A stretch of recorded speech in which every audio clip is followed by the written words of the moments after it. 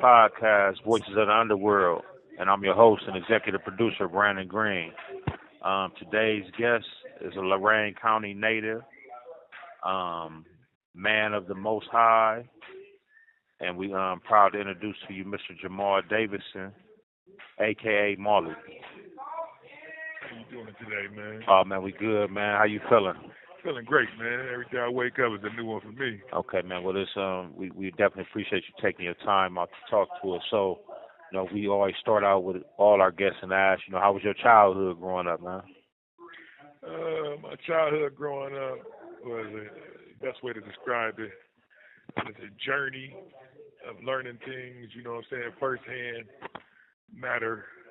firsthand over receiving them secondhand from like a mentor or a grandparent or uncle, aunt point of view. I had to learn things, myself because I was in a situation when I was 8 years old where my father had passed away in front of me, had a severe heart attack because some older kids tried to bully us at a basketball court and take our basketball from us. And I went and got my father, and he was upset with the children.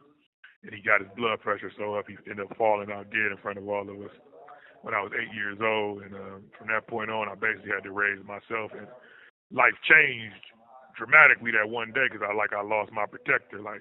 Even to the point, growing up, family missionaries used to say right afterwards, your father ain't here to protect you no more. So after my father passed, I had to learn things the hard way, and I had to learn them fast and adapt to my habitat real quick.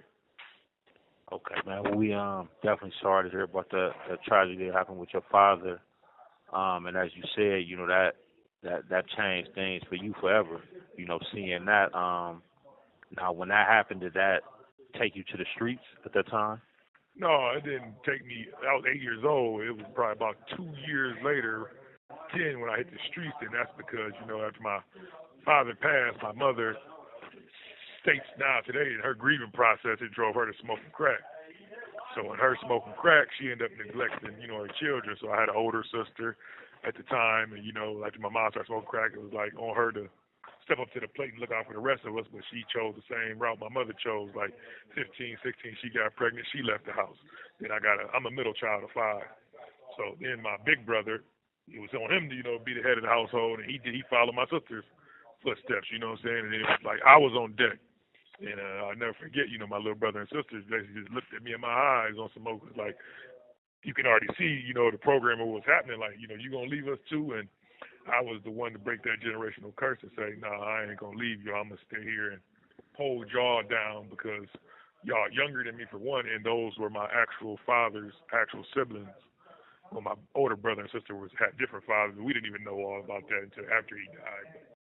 I was the one that, decided that I ain't going to abandon y'all and choose myself. So with my mother's drug addiction and whatnot, her addiction was so strong that she was one of them didn't care about the bills or feeding. We would see my mom once a month, when the checks come. And after that, 30 days, she's gone. So it taught me how to become a hustler, And this is I don't ever consider myself a street dude or a drug dealer because I'm a hustler, because even before I got into the drug game, I was making $600 to $700, shoveling driveways, cutting grass, In my day, we also had the aluminum machines around town where you can take pop cans and, exchange pop cans in for quarters. And I grew up in the baseball card area and the basketball cards. You was able to get a book and look at a card and see the value of a card and go to trade that in. So, and then I grew up in the barter game. It was nothing for me to trade you my Game Boy, for a Super Nintendo or things like that. So I'm a hustler. I'm not a drug dealer. I know how to make money any way it could be made. Okay, so for you, it was basically it was survival. Take care of you and your siblings. Yes. From a psychological standpoint, what did that do to you? Seeing your mom, how she was. Well, that was like my first lesson on character. See, people fail to realize, we all have a character that represents us, it could be your spirit or your aura or whatever, but it made me want to say, I care about my character and how people view me. I would never want to be judged as a crackhead. You know what I'm saying? I never want to be judged as a loser brother. You know what I'm saying? It taught me sharp lesson on character that, you know what I'm saying, I'm going to be respected because, like I said, I chose not to leave the nest. You know what I'm saying? I chose not to do things because I cared how people viewed me, not so much that it controlled my actions, but I wanted to always be looked at with respect. My dad was a respectable person. Like, nobody had anything bad to say about him. You know what I'm saying? So I used it as a standpoint just to be like, you know what? I'm gonna break all these generational curses. This is before I knew about generational curses, but now that I know, I was the guy that was set up to break all the generational curses, to go against the opposite. Don't use excuses. You know what I'm saying? Because I believe excuses are for cowards. So I could have easily took the easy road. Well, my daddy died, and my mama left, and my big sister left, and my big brother left to justify my actions. But instead of being that guy, I said, no, I'm gonna be the dude that's gonna go out here and shovel driveway, do whatever I got to do for me and my brothers to eat. You know, I was coming home at 9, 10 years old with I used to go to the deli, get a pound of chip chop ham, a loaf of bread, a big bag of Lay's chips, and a 99-cent Bahama Mama gallon of juice. You know what I'm saying? Just to make sure all we ate was sandwiches, but we ate. You dig what I'm saying? And whatever else I could do, make sure we went skating and whatever we wanted, I was making sure it happened. You know what I'm saying? I was like the provider. I was like the one that took care of the family. And that structured me for the streets because I learned how to play with money and manage money before I got into the streets. So when I got into the streets, which is nothing but, to me, becoming a business owner of a store, because now I have a product that is selling. You know what I'm saying? So all it was a product that was going to guarantee sale. I just had to find a place to sell it. And everything else basically took off because I was already mentally structured on how to handle money and do things with money. Okay, man, well, that's commendable, man. We definitely commend you for, you know, how you held it down over the years, especially at a young age like that. But what was your first brush with the law? My first encounter with the law, like meeting the law, I would say when I was about 10 years old. Like I said, my older brother, he left, but, you know, he still in his household. He coming back, so he became a habitual bike thief. You know, my brother type person where if he seen your bike and you wouldn't know that he was stealing it. So it got to the point that we had so many bikes in my mother's garage that somebody had told, and they raided my mom's house and hit us for running a miniature chop shop on stolen bicycles. You know what I'm saying? I was about 10 years old.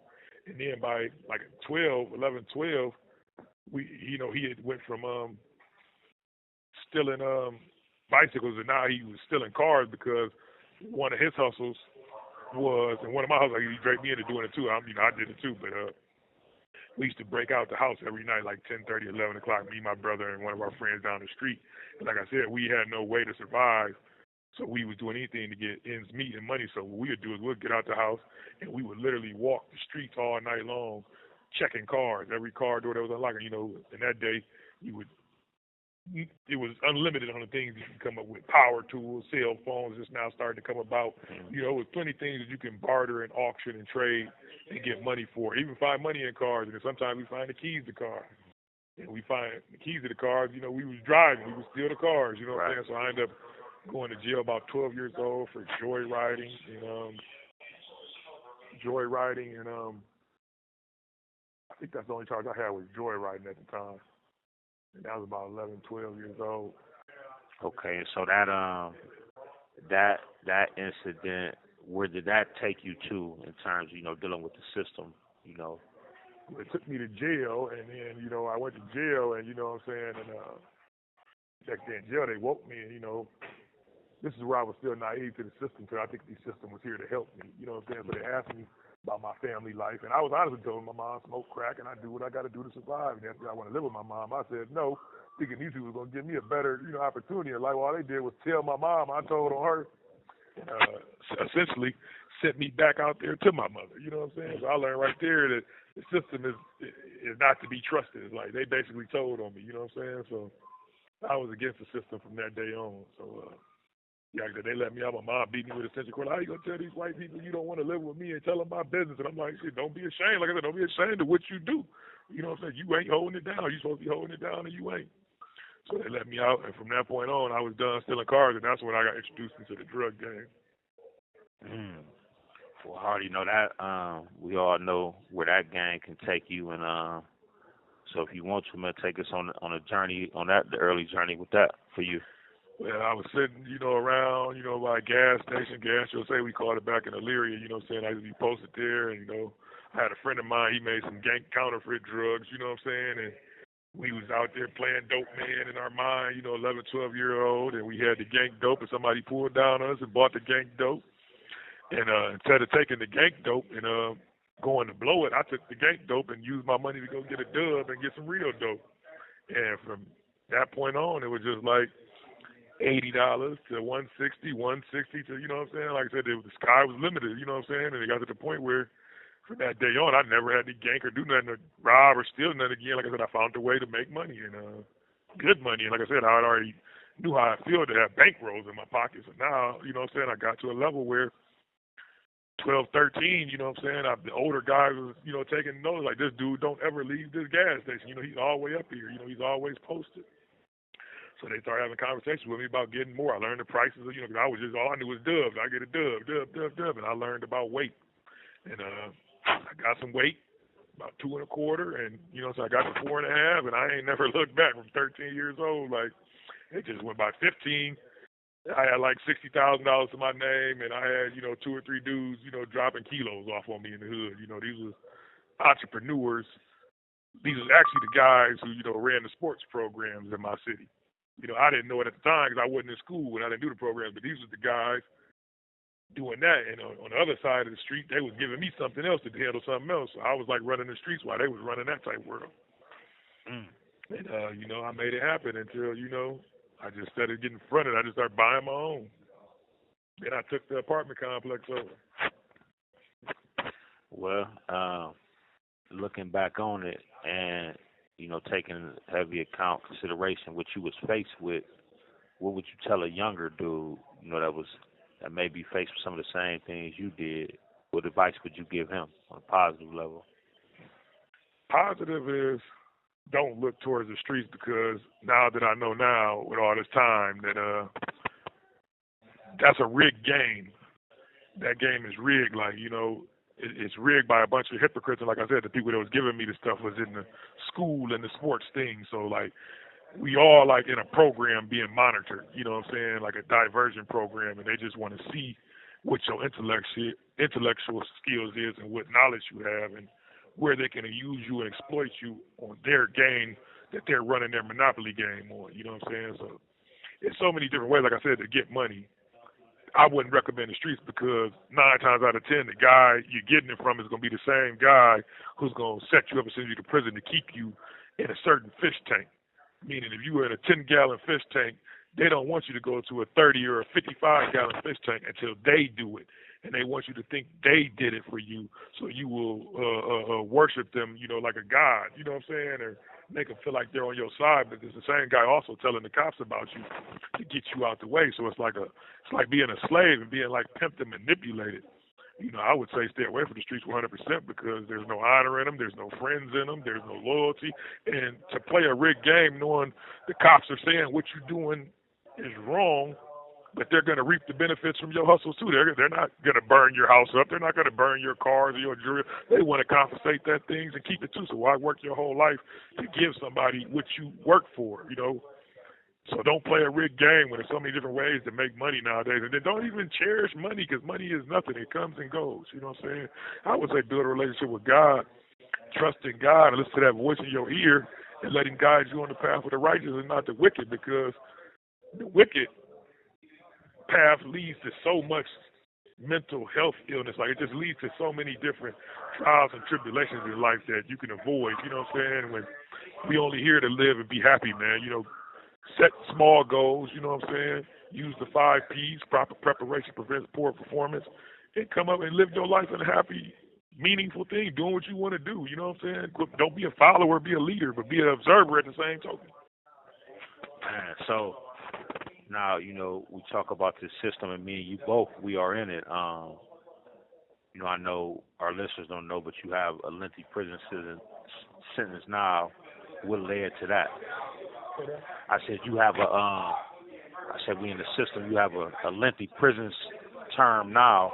What led to that? Well, they just gave me till 2082. I was born in 1982, so now I'm outdated. It's 2082 minimum, 2096. What led to that is like I said, the drug gang. My competition in the streets was the police. There was nobody else. My, neighborhood, my age. I never even looked at competition because I don't see competition. All I do is spend time figuring out a way to make money. I don't look at the competition. That's not in the part of the business I'm in, the marketing and AR. I don't look at the competition or what sells. You know what I'm saying? The drug game is so easy. It's like you got a product that's going to sell as long as you keep it authentic. You know what I'm saying? So that's what I do.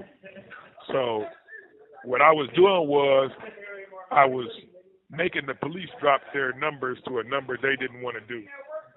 And so they tried to frame me for a drug case. And with this new AI and stuff, they created false videos and evidence and voice conversations with me. But they lied to get the arrested. I went to trial, and the evidence so far disappeared.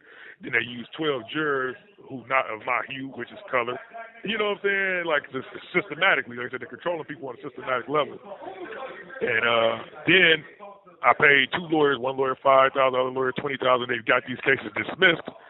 And when I tried to get my money back, because it cost me like $120,000 to fight the case and beat the case, they told me I had to sue them. So when I went and filed a lawsuit to sue these people, they re-indicted me to try to protect themselves from the lawsuit, to have a leverage on the charges. And in the process of that, they sent one of their CIs to attack me. I ended up stabbing him in self-defense. But see, being he worked for the police, they didn't even investigate for self-defense and put me in jail to try to use me for appeal. I beat that case. They re-indicted me on that case. You know what I'm saying? So then I got into a fight in the courtroom with these people on June 12th, 2025, because, I was at my breaking point, because I realized now that the law is not the law. I've studied the law. I had to represent myself at trial on all 3 of these charges after I spent the money for these so-called good lawyers, and I see that they're all working together. This is like a lawyer doesn't have any duty to the client. His duty is to the brothership first, and then the brotherhood first, and then the second is the law. He has no duty to his client. So, like, they swap us out. They take our money. They trick us. Like I said, we're playing cops and robbers. We're playing their game. I don't want to play their game. You know what I'm saying? I just realized I was born into this Constitution. I didn't have a choice. You know what I'm saying? To say, oh, okay, I want to, submit to this Constitution. This country has done nothing for me. You know what I'm saying? All they do is take and control me. Like, what gives them the power or authority over me? And they say this Constitution and their laws do. Well, when they get to the point where they're not following their laws, they do like they do to me. They become bullies. They just say, okay, we're going to lock you up because you're just one man. You know what I'm saying? And then you see what they did in Waco, Texas, and other places. When you do get some groups of members, they're going to murder you. This is just this country. This is how it's set up. You know what I'm saying? It was taken from blood, murder, and stealing. And it's still in their DNA. They're tricking us every day with a Constitution and freedom, and we're not doing that. We're in jail even on the streets. The only difference is I get to decorate my jail cell on the street, and in here, it comes already pre-designed. You know what I'm saying? But you're not free. It's only a few people in the world that's free. And as we were talking about earlier, people with certain money and stature or the soul they sold, they think they're free now in this world, but they don't believe in the hereafter. See, I don't look at what's going on now in the here. I look at, like I said, same thing with my parents, my mother, and the character. I'm looking at the hereafter. I may not get my reward in this lifetime, even though I done lived a life that some people may look up to. I don't think I've reached my full potential.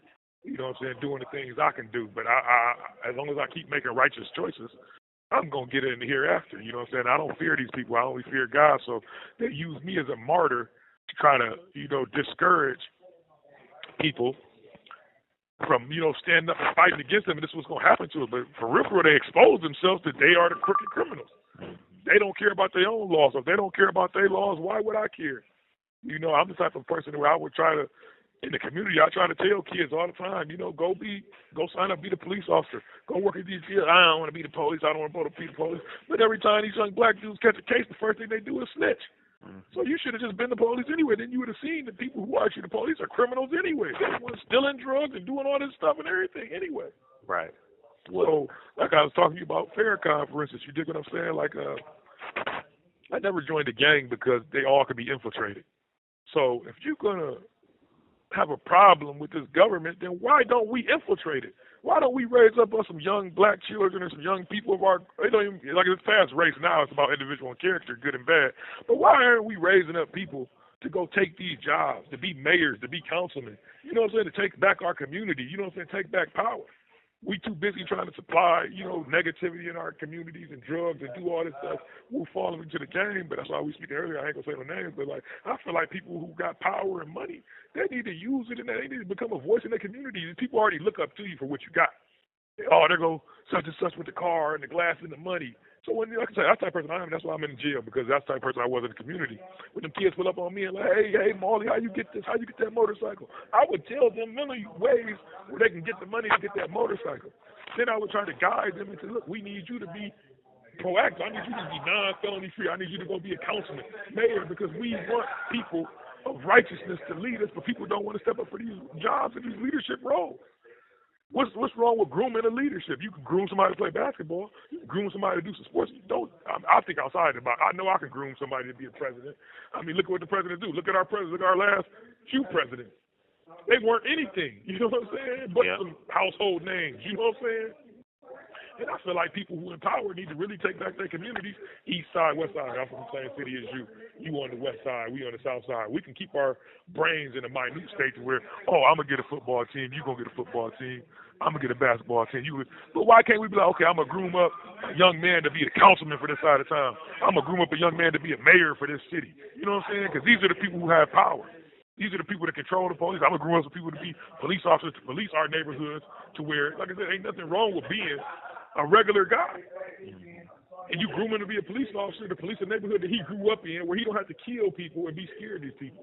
You know what I'm saying? But like I said, blind leading the blind out here, man. But all this stuff is already written in all the religious books, and we walking into this. All must come to fruition anyway. It all must play out anyway. Because the stuff I'm talking ain't ready for this world. It's gonna be ready for the hereafter. Right. You know what I'm saying? So we all, like Rick Ross said, you got to destroy before you rebuild anyway. So right now, this stuff is just it's crumbling all the way around the border. You see it, it's crumbling, whether you can see it or not. Like, everything's falling and failing. The system is failing. School is failing. Hospitals are failing. The justice system is failing. That's what leads to the demise. You know what I'm saying? There's no more control. It's freelance. So, we already on the criminal justice system. And also something that you wanted to highlight to our listeners is you said it's time to wake up and be accountable. Speak to that. That's what I basically speak about the whole time. Accountability. You know what I'm saying? You gotta find out what you want to be in this world and set your mark down and hold other people accountable. Like, you can't be too much. We're seeing too much of, let's say, for instance, right here where we at right now. You got boys, young men, whatever they claim to be, walk around here calling each other bitches. Bitch this, bitch that, bitch come here, bitch blah, blah, blah. And that's something how women talk and homosexuals talk. But if you got the so-called young thugs crossing over to this conversation is cool, then they're demasculine. You know what I'm saying? Like, they're becoming women.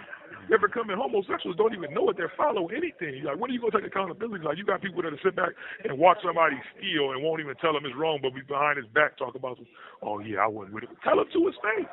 And start trying, like I said, to hold people accountable. Even police officers shooting people. It's time people start taking accountability for their actions as well as their environment. Like I said, you know what I'm saying? You can't sit there and tell me you a millionaire in this neighborhood and you think you get off by, I buy everybody turkeys or, at Christmas time. You know what I'm saying? Learn even what Christmas is about. Learn what these holidays is about. You don't even know what you're about. You just worship anything. You know what I'm saying? A lot of times, it's time to take accountability. It's time to wake up. It's time, like I told you, when I woke up and realized that the Most High was real, I had to take everything that I had been taught and throw it out the window and reteach myself the right way. Because half of the things people done taught us, they didn't even teach us right. You know what I'm saying? Because they're trying to leave us blind, deaf, and dumb out there. You know what I'm saying? But those are the mathematics that most religious groups will tell you about. You know the mathematics, don't you? No, explain it for our listeners. Mathematics, they say is, 100% completes a circle. So they say 10% of the world is in power. 5% of the world is woke up like me, and we fighting the 10%. But we don't have the tools or the money, to fight against them. And the rest of the 85% of the world is just blind, deaf, and dumb. They don't even care what's going on. They're so busy worried about themselves. They just worried about themselves. They don't care about on the news, like I just told you. I just seen on the news walking in here that a police officer shot a woman in Minneapolis. To me, that it puts a light bulb in my head. I want to know why. I want to know why a police officer had to shoot a woman, first and foremost. So now, that's the first thing. I want to know, why did they have to shoot a woman? I understand though. So she must have had a knife in her hand or a gun in her hand or driving at, at him with a car. But if not, look what type of world we living in where these people are just being justified. Like, we're just going to slay you. We're going to murder you until we can't murder you no more. You know what I'm saying? Like, accountability. Like, 'cause what type of world are we living in? And then, like I said, how many people going to say he's wrong for that? The woman that got shot with the hot water, I don't even know what the outcome of that case was. They ain't even put it, so he must have got off. You know what I'm saying? Because they ain't even show the outcome of it. I remember seeing it on the news. But it's like time to be held accountable. It's time to realize God is real. Everything you doing in life, you're going to be, you get out what you put in. You treat people the way you want to be treated. You know what I'm saying? If you live your life doing negative and crooked and backhead things, then it's going to come back and get you. I'm telling you for sure. I don't care if it takes 5 years, 10 years, 15 years, 20 years. You reap what you sow.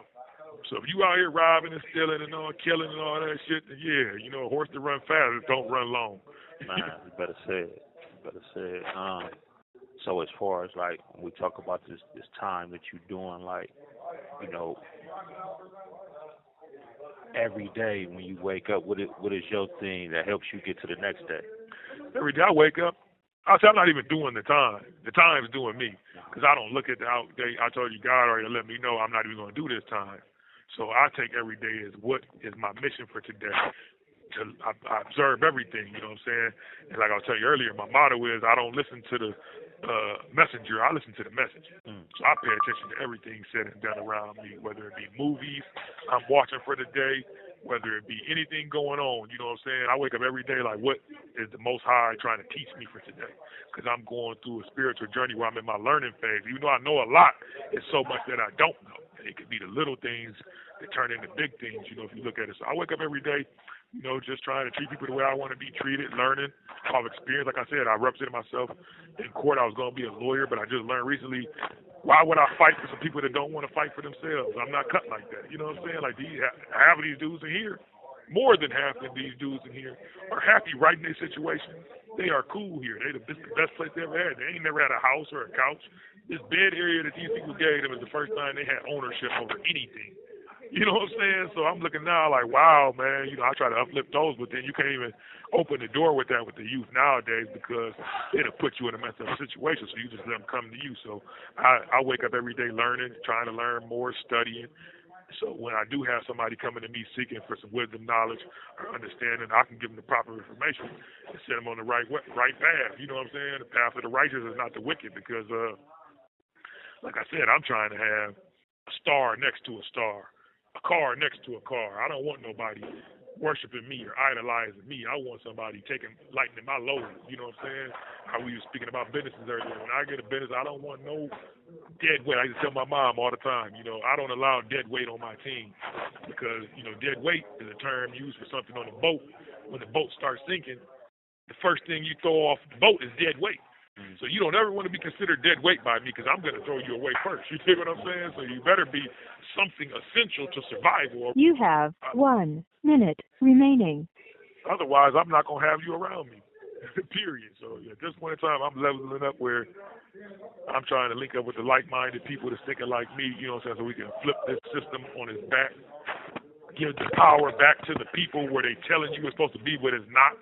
And I want the right people in power that can, resist the devil and resist temptation, and, and want to have a better world, to live in, and not a world full of corruption and disaster. Okay, well, you got a few more. We would like to come back with you. This is the Streetz podcast, which is the Underworld, and we'll be back momentarily with Mr. Marley.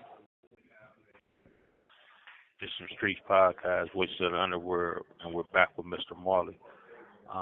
So man, you touched on a whole lot, man. For the family members that have loved ones that's in here, what advice would you give to them in terms of support, mental support, whatever? What would you tell them? Well, that's what I'm saying. Like, you got a system that's so powerful, and that's why I say accountability. See, everything that we talking about is always going to touch back into the other topics, because accountability, like I said, how can you leave your loved ones for dead? You know what I'm saying? And you've been taught at a young age, family everything. Well, what happens to family when you come into places like this? Why aren't you getting visits? why aren't, you know, it ain't even about the money because they feed you. So, I mean, it don't take much to really make it in here. But, like, what happens to the family support? The system has us so divided. And I told you, like we talked to, you know, before we talked off record, how, you know, this racism is embedded in our heads way before we even know what it is. And by the time you figure it out, it then got out of control. You know, and it starts off from, oh, I'm from the north side, he's from the west side. I'm from Elyria, he's from Lorraine. I'm from Akron, he's from Canton. You know what I'm saying? Oh, I like the Browns, you like the Bengals. And it's just always giving you a reason to stay divided over to stay united. And it trickles down to the family because, like I said, people in here with no family support, and it's the fake syndrome. You know, right before you go home, a few family members will get back and, you know, oh, you know, saying to try to justify them neglecting you and leaving you. Then you go home, ain't nobody got nothing for you because they tell you how hard life been for them out there. So, I mean, family to me is just like the court system and the cops, a title. You know, everybody has a title, brother, uncle, sister. And I say this because I told my little brother and sister the same thing. Like, you know, we never, I told you, we didn't have any outside family that was there. My family ain't structured like that. So, for instance, I had a son. And, you know, I don't feel like my brothers and sisters did enough for my son as they should have. You know what I'm saying? And they use excuses, well, we didn't have no uncle, we didn't have no aunt.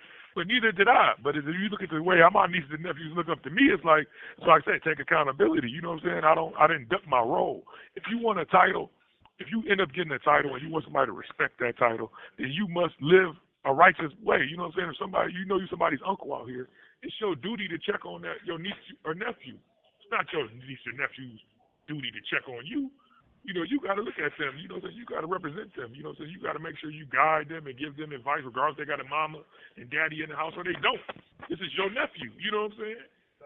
And people lose that, and nowadays the free will is so out there with that kids don't even respect that shit. You know what I'm saying? They respect whoever gonna do for them. You know what I'm saying? If you don't do for them, then they have no respect for you whatsoever. Family the same way. Family ain't nothing but a title. It's something people can use you for, exploit you for, or stand by your side. I mean, I don't know your situation about, but I mean, I know damn all these families are divided. They're not what they used to be.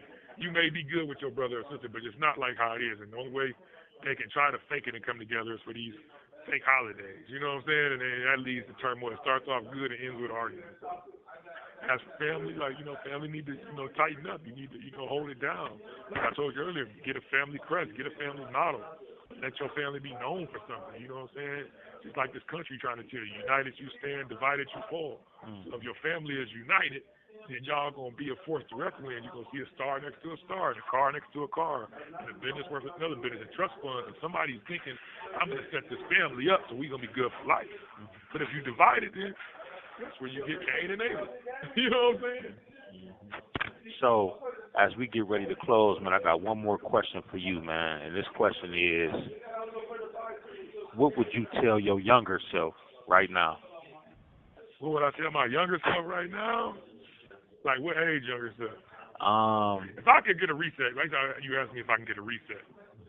If I can get a reset, I would only strive to be great in every field. Like I just told you, I would have been a police officer to a mayor to the president. I would be the president of the United States. Like I said, I have dreams now of getting my money up and creating my own country. You know, I've already looked at the numbers. It only take like 3,000 people to create a city, 60,000 people to create a state. You know what I'm saying? Another $60,000 to create your own country. So that's where my brain is at with it now. I'm trying to govern and be myself and empower myself so I can treat people right and righteous. You know what I'm saying? So if I could tell my younger self now, it would be, you know, worship the Most High, put all faith in the Most High, and just live my life righteous and not wicked, like I really believe I've done. You dig what I'm saying? So it's all about God to me, man. You know, it's all about a higher power. It's about treating people the way you want to be treated. You know what I'm saying? And don't let the wickedness go. You know what I'm saying? And be observant, so you can discern, you know, right from wrong. You know what I'm saying? Like I say, there's wicked people in this world. Like, you know, like I said, the same dudes that was doing that sports stuff could have easily put a job or a business in my hand. I would have ran it the same way. You dig what I'm saying? But I was a threat, and that's why I'm in jail now with this living time. I'm in jail because I'm their competition. Even though I never seen them as competition to me, I was their competition. You know what I'm saying? I took dollars out of their community and sent them somewhere else which weakened the economy. You know, I learned politics the hard way. You know what I'm saying? I didn't realize what I was doing until, you know, I had to come face forward. Like, you know, somebody is obviously putting enough strain on this community that we notice you. You know what I'm saying? Like, we notice you. Like, you know what I'm saying? We noticing all these money orders being cashed in other countries and other states, and it's like, oh, yeah, this is you. You know what I'm saying? Like, the prosecutors actually talked to me. I got bonded over to the Dawson when I was 15. About 16, I talked to the prosecutors, a woman's prosecutor. She was like, she told me way back then, she's like, Mr. Davison, do you know how much money you spent with us since you've been 15 years old? You know, like you bond out and you just pay like you don't care. Because I'm like, my freedom mean everything to me. I'll go broke to be free because I know I can get it right back. So she's like, you know, they need to name a bathroom in here after you. That's how much money you spent.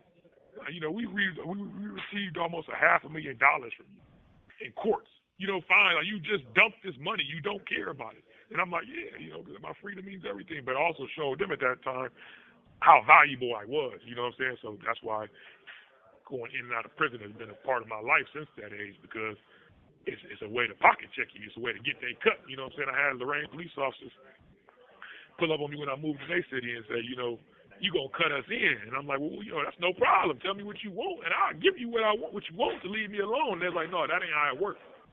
And I'm like, well, how does it work then? You know what I'm saying? If you telling me you want to cut, you pull up on me and tell me I'm gonna cut you in. And I say, give me a number, and I'll give you that number for you to leave me alone. Let me, you know, do what I want to do freely. And he said, that ain't how it works. So then they showed me how it works. After that, the day after that, I was getting arrested for riding the bicycle down the street on the sidewalk, riding the bike with no, I mean, the most minute charges you could think of, because I was going to go to court and just pay for it. You know what I'm saying? That's how it works. So, you know, even as now, like I said, I got, and you can Google it, like I said, I got so much money, I got about, you know, almost $200,000 invested in the time that got me 70 to 80 years in prison after I already beat the charges. So it's, and I still, like I said, believe I'm going to get out, you know, via however God open up the door, he can open up the door. But it's like, that's how it works. They wanted, you know, they're looking at me like, and they even use, you know what I'm saying, the things against people, you know what I'm saying, they even use the things against people that, to hurt them, like, well, how did you get $200,000? You know what I'm saying? It ain't about like, oh, you paid for your case and you beat out. Now, like I said, so you in a lose. It ain't so I can, go get the top. That's why I represented myself in court, too, to show them I know this law. I can represent myself. I can do this myself. And then it came to the point, like, they didn't say I didn't know the law. They didn't say I didn't make the right arguments or objections. You know what I'm saying? I didn't follow the right criminal rules or procedure. The thing now was, well, it's always a divide. Like I said, that side of town thing is now, well, he's not a lawyer. You know what I'm saying? So why would we respect him and make him look more important than the people who had to go to school for this stuff? You know, I went to school. I done did 17 years in prison already. So I went to school. You went to the school out here. I went to the school in jail. Instead of becoming a gang member in jail or doing drugs or following people or listening to all the stories about people did in the past, I pick up a book. You know what I'm saying? I learned the law. Like I said, it's Constitution. That's what I got to say to the youth out there. Read the Constitution. Read the law book. Know what you're up against. Don't sit down and play any game, whether it be Monopoly or any game, unless you know the rules to that game. If you do not know the rules to that game, do not get involved, because it opens up the door for anybody to cheat you any way they want to. Because if you don't know the rules, how do you know? Man, that was powerful, man. So, is there anything, last words you want to say? Any shout outs you want to give to anybody? Man, I shout out to the Most High. That's it. That's all, man. And, you know, if any attorneys see this thing, you know what I'm saying, like, it's y'all disgrace to the game, you know, and I say that to all attorneys, because I don't know one attorney out there right now that's actually fighting for their client. You know what I'm saying? Like, it's all a rigged system, you know what I'm saying? Like, even the people elected, because even if they're an attorney who wants to do right, they can run to be judges, you know what I'm saying? They got the opportunity to go run for these races, you know what I'm saying, to be judges and prosecutors, you know what I'm saying, putting the right people in the right position. It changed so much, but like I said, it's time for accountability. It's time for the cowards to die, you know what I'm saying, and real men to step up. You know what I'm saying? It's time for people not to so much as give people chances in life, but start caring about your community more, or start caring about people around you. Not, like I said, it's all what you're going to do on the day of judgment. You know what I'm saying? When you question, you say, oh, why didn't you? You know what I'm saying? Why didn't you wake nobody up? Why you didn't tell nobody about God? What was your part? What did you contribute? And, you know, giving a person a turkey or a meal, that's part of it, but it ain't going to get you into heaven. You know what I'm saying? Especially when you had an opportunity to do more. You know what I'm saying? Like, it's time to, do more. It's time to wake up. It's time, like I said, even this podcast, you're doing something. You getting information out there. You dig what I'm saying? And you need the people, the listeners, to listen and apply this stuff. You know what I'm saying? Apply it. Like I said, somebody out there who had no felony, it's time to go run. I guarantee you. And it applies in my city, but I know it applies in every city. We're tired of the same old people who've been in these positions for 30 years. As soon as we see a new name, we go for the new name because we're tired of the old system. The problem is they see this stuff and they throw a new name. It's nobody but their cousins. You know what I'm saying? Because that's how they study you. They're like, okay, anytime we put up somebody against this guy, the opponent always wins because they're tired of these people. The problem is we need to put the people in these people in positions. We need to put these people in balance. Like in my city, on my side of town, the councilman, I grew up with this kid. I helped promote his election and everything, and he got his job. Now he taking his job serious like he, day off Friday, which is a beautiful thing because that's what you want. You want somebody to take it serious. You want him to take his job serious. This is his neighborhood, his community. He's done more standing out as a city councilman than any city councilman I've ever seen. You know what I'm saying? It wasn't on a TV show. You know what I'm saying? So like I said, that's what we need to do. We need to take our communities back. We need to take everything back, man. You know what I'm saying? That's the only way change is going to come about. We need to unite, you know what I'm saying? We need to start worship one higher power, in a major way, and we need to, get united. Not that we're going to fall. Well, listen, man, we want to say we appreciate you taking your time, coming on to speak to us. And I'm pretty sure our listeners, they're gonna enjoy this one. And this is them Streetz podcast, Voices of the Underworld, and this is Mr. Andrew Jamal Davison, a.k.a. Marley, from Lorain County. Until next time, we out. 100. Thank you for using GTL.